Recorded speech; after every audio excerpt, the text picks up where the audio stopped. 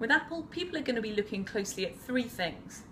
The first is what is happening to sales of its iPhones.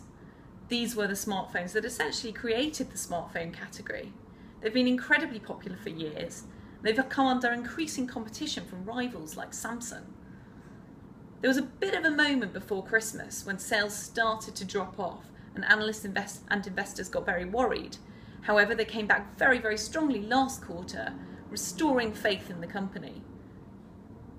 But one good quarter doesn't make a pattern, so people are going to be watching these third quarter results very carefully to see that actually that momentum can be sustained. They're going to want to see a rise of at least 14%. That's about 35 to 36 million iPhones. The second thing people will be watching for is what has happened to sales of the iPad. Now the iPad, a bit like the iPhone, really created a new category. People didn't really use tablets before it came along.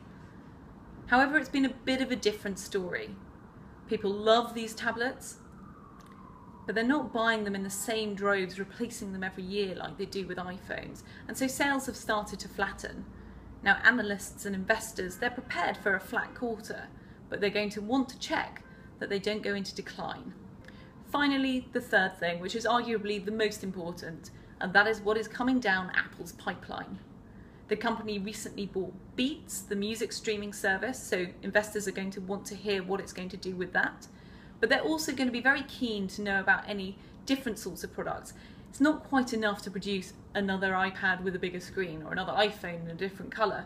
They want to know that Apple has got that Midas touch and is going to apply it to a different sector.